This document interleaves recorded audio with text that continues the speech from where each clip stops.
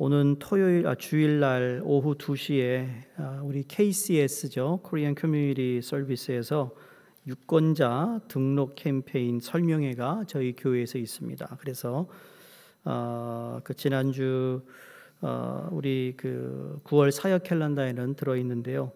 구두로 광고가 덜 된 것 같아서 말씀을 드립니다. 지난 2주에 걸쳐서 자존감이 흔들릴 때라는 주제인데요. 자존심은 강한데 자존감이 낮다라는 이야기를 드린 적이 있어요. 우리 이민사회를 보면 참 자존심은 강한데 자존감이 낮아서 늘 부닥치는 일들이 있습니다. 제가 자존심은 강한데 자존감이 낮다를 쳤더니 한국의 김창욱 씨가 이 주제를 가지고 강연을 했더라고요. 그래서 그분의 강연을 좀 듣다가 그냥 중간에 껐어요. 너무 말이 길어져 가지고 똑같은 얘기를 이렇게 반복하나. 어쨌든 여러분 자존심과 자존감의 차이가 뭘까요? 제가 정의를 이렇게 좀 해봤는데 자존심은 남에게 굽히지 아니하고 자신의 품위를 스스로 지키는 마음이라고 정의합니다. 영어로는 one's pride, self-respect입니다. 자존감은 이거예요. 자존감은 스스로 품위를 지키고 자기를 존중하는 마음입니다. 영어로 self-esteem인데 비슷한 것 같은데 다른 점이 있습니다.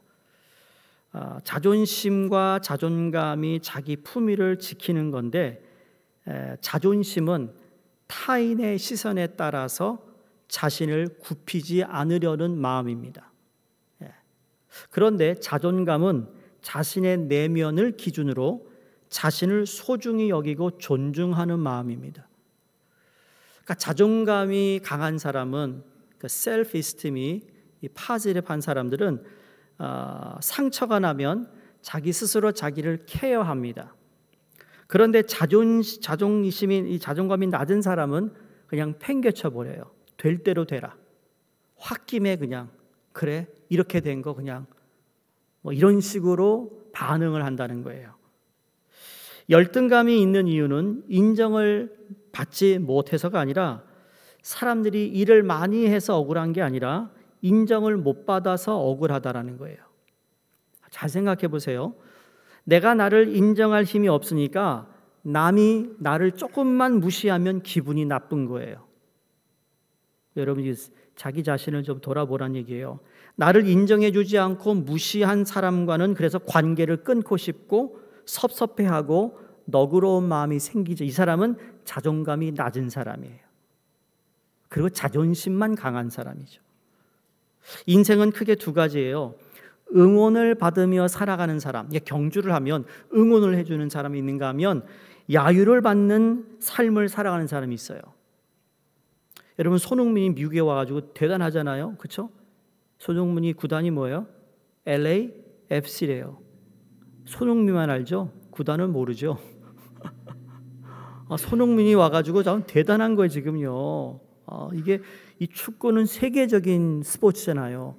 미국에서만 하는 풋볼, 베이스볼이 아니라 세계 사람들이 축구에 열광을 하는데 그 손흥민이 뛴다? 이건 대단한 일입니다. 그러니까 모두가 손흥민만 뛰면 말이죠. 그 LAFC가요 10배나 뛰었대요. 지금 손흥민이 뛴 지 몇 번 안 됐는데 벌써 10배의 수입을 올리고 있다잖아요. 한 사람이 이 경기를 바꾸고 팀을 바꾸고 MLS를 바꿉니다. 얼마나 멋있어요. 아까 마귀들과 싸울지라 우리 싸우는데 말이죠. 우리도 손흥민은 아니지만 하나님 앞에서 하나님의 군사거든요. 네? 옆에는 보시고 군사야 한번 그려보세요. 군사야 자네 군사래 알고 있었나? 3일 동안 또 잊고 사셨잖아요. 그러니까 응원을 받으면서 사는 사람이 있는가 하면 야유를 받는 과정에서 살아가는 사람이 있어요. 그런데 대부분이 비난과 야유 속에서 인생 타석에 서는 경우가 더 많다라는 거죠. 타인의 의식을 하기 때문에 자기를 지키려는 이 사람이 자존심이 있긴 한데 자존감이 낮은 거예요. 근데 더 놀라운 사실은 그런 사람들이, 그렇죠? 사람들의 비난과 야유 속에서 살아나는데 그 본인의 그 결핍을 에너지로 삼아서 엄청난 추진력을 보이는 경우가 있다라는 거예요. 열악한 환경이고 참 상처가 많고 아픔이 많은데 그 사람이 그것이 자기의 에너지로 바꿔가지고요, 추진력을 하고 집중력을 발휘해서 성공하는 사람이 있다는 거예요. 그런 분이 있어요. 그런데 문제는 뭔가 하면 내가 인정받지 못했을 때 화난 것, 욕구, 불만인 것 등 이것이 에너지가 초반에 강력하게 딱 자기의 삶을 추진해 주긴 하는데 문제는 그 결핍을, 에너지를 추진하는 경우 이상한 메탄가스가 나온다는 거예요. 그중 몇 가지를 발견하는데 첫 번째는 행복이 불안하다고 느끼는 거예요. 내가 이렇게 행복해도 되나? 지금 자기에게 굴러온 행복마저도 발로 걸어 차려고 하는 말도 안 되는 그런 생각을 가지고 있다라는 거죠. 그래서 마치 나는 행복하면 안 되는 사람처럼 말합니다. 그러니까 하나님의 계획 속에 보호받는, 여러분, 우리의 삶이라는 것을 한번 생각해 보세요. 우리가 타인을 의식하지 않는 사람은 없습니다만 타인 때문에 나의 품위를 지켜나가는 게 아니라는 거죠.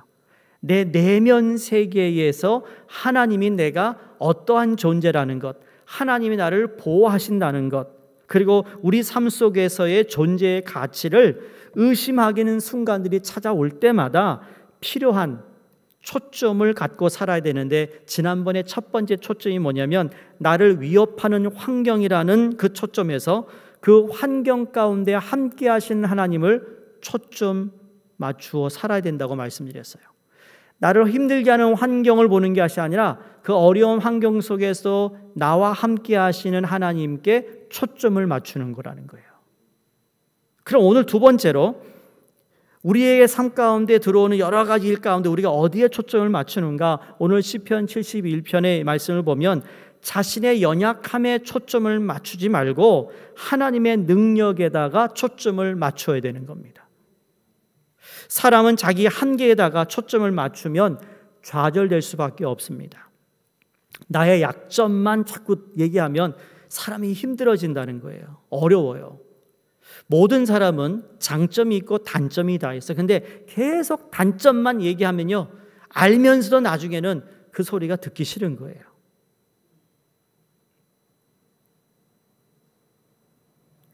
오래전 뉴욕 브롱스에서 노인 부부가 동반 자살을 한 사건이 있었습니다. 이 두 분이 강도에게 강탈당하고 매를 맞은 뒤에 자살을 결정한 거예요. 강도가 이들을 죽인 게 아니었어요. 그분의 이름이 헨 케이브라는 분이고 그 와이프 되는 분이 에마입니다. 78세 할아버지와 76세 할머니가 스스로 삶을 포기하는 결정을 내렸는데 그분들의 방에 들어가 보니까 침대 위에는 수위가 가지런히 준비되어 있었고요. 책장을 보니까 괴테와 같은 정말 문학가의 책들이 빽빽히 그 안에 책장에 꽂혀 있었대요. 상당히 지식인 것으로 그렇게 추측을 할 수 있었다라는 거죠. 그리고 책상 위에 간단한 메모를 남겼는데 이렇게 적혀 있었다고 합니다. We don't want to live the lives in fear anymore. We are forgotten. 그랬어요. 무슨 말인가? 더 이상 공포 속에 살고 싶지 않습니다. 우리는 이미 잊혀진 사람입니다. 우리가 읽은 시편 기자가 처해있던 상황이 이 노 부부와 같이 잊혀진 인생이라는 그러한 두려움에 빠지기가 얼마나 쉬운 상황인지 모릅니다. 지금 그러한 상황이에요. 10절에서 11절을 보시면 자기가 처했던 상황을 이렇게 묘사하죠.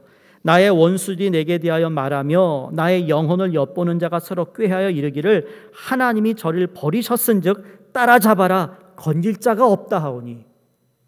이거 엄청난 위협인 거예요. 야, 나를 엿보는 자, 나에 대하여 말하는 원수들이 꾀하는데 하나님이 나를 버렸다.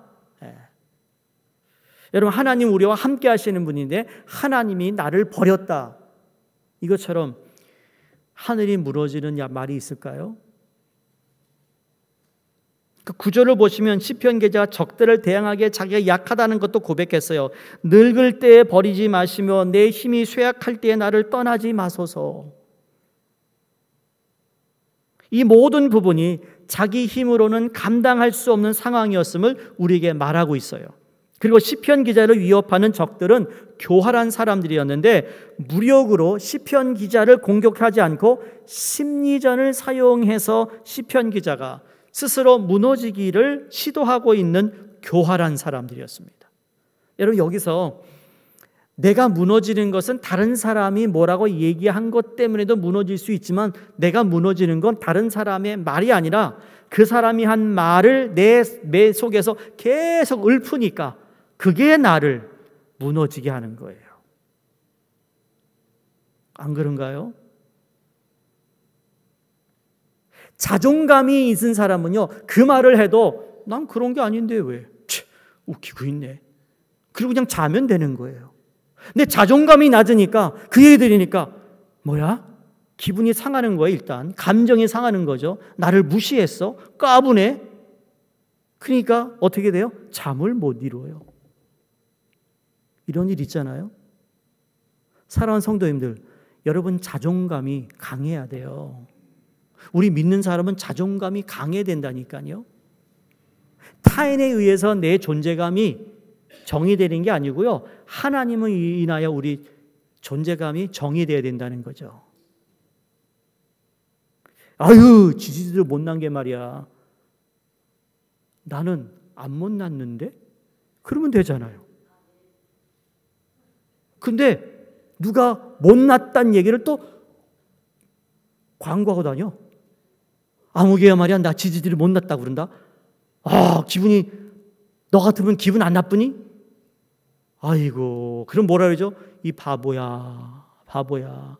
그렇게 어리석냐? 난 안 그런데? 여러분, 나 괜찮은 사람이 아니에요. 한번 옆에 물어보세요. 나 괜찮아? 아니에요? 에? 괜찮아요? 안 괜찮아요? 자, 괜찮다고 난 늘 생각한다. 난 그런 생각 안 한다.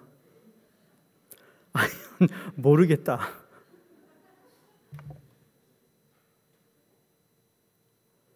금방 알 수 있는 거예요. 이게 사단이요, 우리보다 수가 높아가지고 우리의 생각에, 그러니까 모든 지각에 뛰어나신 예수 하나님의 평강이, 그렇죠? 너희의 마음과 생각을 지키리라. 이거예요. 생각과 마음에 사단이 싹 집어넣는 거예요. 너 못났대. 너 그렇게 친하게 지내는 저 권사가 말이야, 너 못났다고 그랬다. 그럼 그 말을 들으면 진짜 못났다고 그랬니?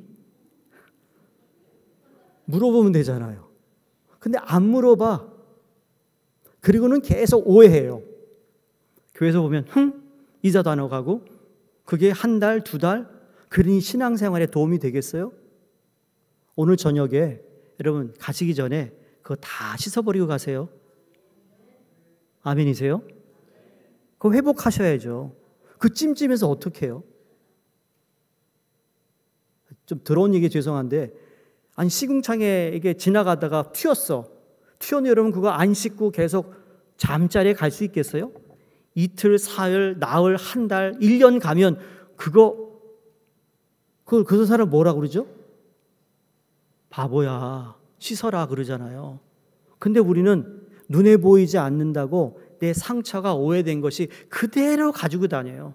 찍혔어요, 찍혀서. 피가 흐르고 있는데도 그냥 다니고 있다니까요. 이 바보야. 하나님이 떠났다고, 너는 이제 잊혀진 인생이라고, 그런 상황 가운데 시편 기자가 흔들리지 않을 수 있었던 이유 한 가지가 뭔가, 자기의 연약함을 알았다라는 거예요. 인정한 거예요. 나 연약한 거 알아. 아유, 이렇게 너 못하니? 그러면 그래, 나 못해. 그러니까 도와줘. 이러면 되는데 못한다는 게 지금 걸리는 거예요, 내 말. 왜? 자존심은 강한데 자존감이 낮은 거예요. 그러면서 하나님의 능력을 이 시편 기자는 의지할 줄 알았어요. 자, 시편 기자는 자기의 연약함 속에 그 연민에 빠지지 않았어요. 12절과 13절에서 하나님의 능력을 의지하는 고백을 이렇게 합니다. 한번 보세요. 하나님이여 나를 멀리하지 마소서. 자, 방금 전에 뭐라 했어요? 원수와 대적이 너 하나님 널 떠났어 그랬는데 다시 뭐라 그러죠? 나를 멀리하지 마소서. 나의 하나님이여 나를 도와소서. 내 영혼을 대적하는 자들이 수치와 멸망을 당하게 하시며 나를 모해하는 자들에게 욕과 수욕이 덮이게 하소서. 하나님의 능력에 초점을 맞추고요. 하나님이 나는 할 수 없습니다. 하나님 나는 감당할 수 없습니다. 그러나 하나님이 이 종을 도와주시고 수치를 당하게 하지 마시며 하나님이 나로 하여금 이 상황을 이기도록 도와주세요. 이게 진짜 우리의 모습이 되어야 되는 거예요. 그 고백이 있었기 때문에 여러분 14절에 소망의 고백이 따릅니다. 나는 항상 소망을 품고 주를 더욱더욱 찬송하리이다. 아멘입니까? 인생의 문제가 지금 눈앞에서 사라진 것이 아니었어요. 여전히 그를 노리는 적들이 있었지만 자신의 능력이 아니라 하나님의 능력을 의지할 수 있었기 때문에 시편 기자가 절망하지 않았어요. 하나님, 나는 항상 소망을 품고 하나님만을 찬양하는 그러한 인생을 살겠습니다. 이게 의지예요. 아주 옛날에 불렀던 찬양 가운데 주의 성령이 내게 임하면 나는 주를 찬양합니다. 이게 영어 찬양이잖아. When the Spirit of the Lord moves in my heart, 거기에 중요한 건 I will dance like David dance. 거기 will, 의지를 보이고 있어요. 지금 나를 쫓아오고 원수가 나를 무너뜨리려고 하지만 그러나 나는 하나님, 여전히 하나님을 찬양하겠습니다. 이때 마귀들과 싸울지라 부르는 거예요. 영광 영광 할렐루야.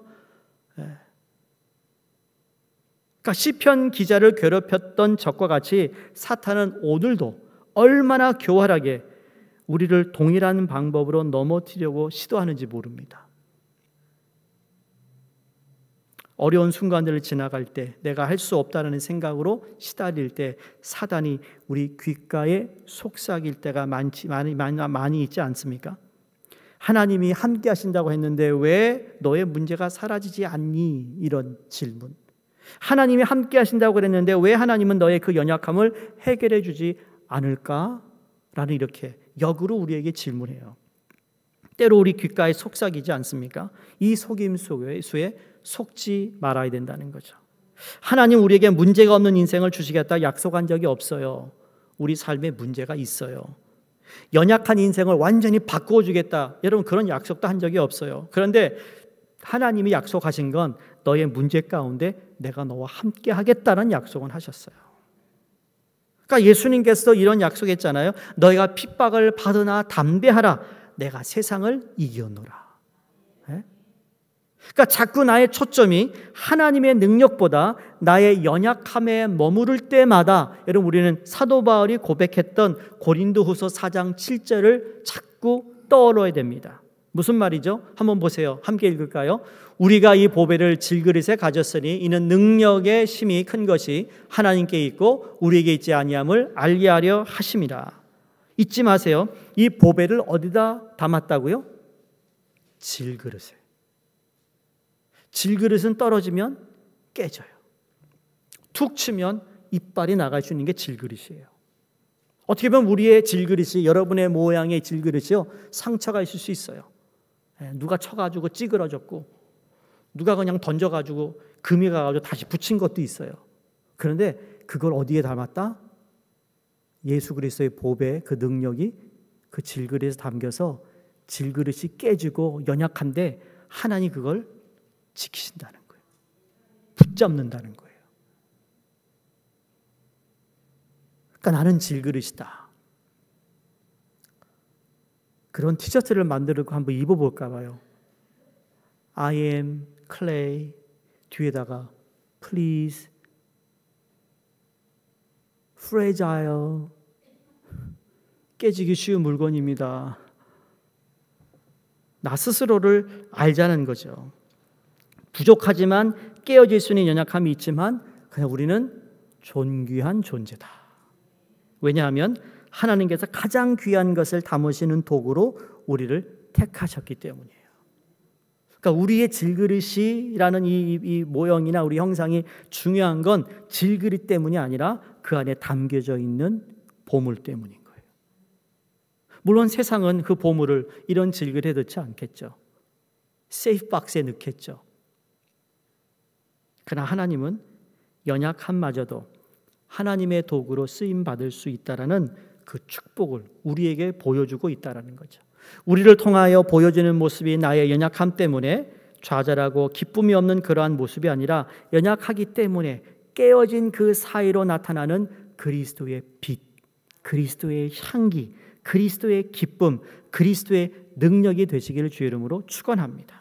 자, 그러면 또 한 가지 세 번째로 우리 가져야 할 초점이 있어요. 그건 하나님이 주신 사명에 초점을 맞추는 거예요. 사명. 주일날도 제가 calling and mission, 우리의 소명과 사명에 대해서 말씀을 드렸잖아요. 여러분, 목적이 있는 삶이 아니면 자존감이 확실한 삶이 될 수 없어요. 다시 말해 현대인에게는 여러분 의미가 얼마나 중요한지 모릅니다. 의미를 중요시합니다. 그래서 폴 틸릭이라는 신학자가 이런 말합니다. 고대인에게는 죽음의 문제가 가장 중요했고 중세인들에게는 죄 문제가 가장 중요한 문제였고 현대인에게는 의미의 문제가 가장 중요한 문제다라고 말한 적이 있습니다. 목적 없이 의미 없이 삶을 방황하는 사람이 건전한 자존감을 가진 경우는 거의 없어요. 아무것도 없어도 목적이 있는 인생을 살 수 있으면 하나님이 주신 소명을 알고 살아가는 인생이 될 수 있으면 우리는 자신감을 가지고 내 인생은 가치 있는 인생이라고 고백할 수 있다라는 거예요. 여러분 잘 아는 헬렌 켈러도 이런 고백합니다. 많은 사람들은 진정한 행복이 무엇인지 잘 모르고 있습니다. 행복은 자기 만족에서 얻어지는 것이 아니라 가치 있는 일에 충실할 때 얻어지는 것이라고 그랬어요. 눈도 앞에 보이지 않는 헬렌 켈러가 이런 말을 할 정도면 여러분 우리가 살고 있는 삶의 행복이라는 그냥 돈도 아니에요. 어떤 면면 가족도 아니에요. 내게 주어진 가치 있는 일에 충성할 때 여러분 진정한 행복을 느끼는 거예요. 누군가가 나를 찾아줄 때 말이죠. 그러니까 교회에서 아무개 집사님, 권사님 나 이거 하는데 좀 도와줄 수 있어 그러면 할렐루야 하고 도와야 돼요. 왜? 가치 있는 일을 하니까. 잠깐만 내가 이번 주 스케줄 어떻게 보고 아무것도 없는데도 보고 기다려봐. 카톡 줄게. 어머머머 어떡하지? 그날 뭐가 있네. 어쩌면 여러분의 마음을 내가 이렇게 잘 읽을까?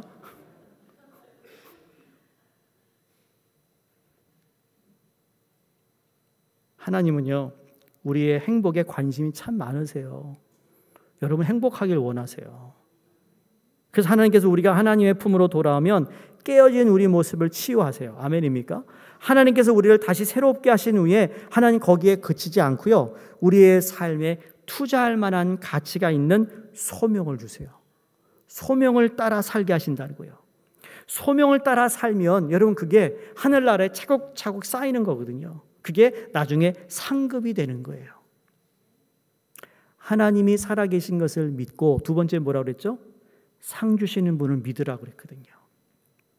내가 오늘 가치 있는 일, 영원한 가치 있는 일 위해 내가 시간을 들이고 투자하고 땀을 흘리고 우리가 그 헌신을 하면 그것 때문에 그게 하늘나라에 다 투자가 되는 거예요. 우리가 잘 알고 있는 아브라함, 하나님이 아브라함을 축복하실 때 그냥 부자가 돼서 잘 먹고 잘 살아라 그렇게 아브라함을 축복하지 않았습니다.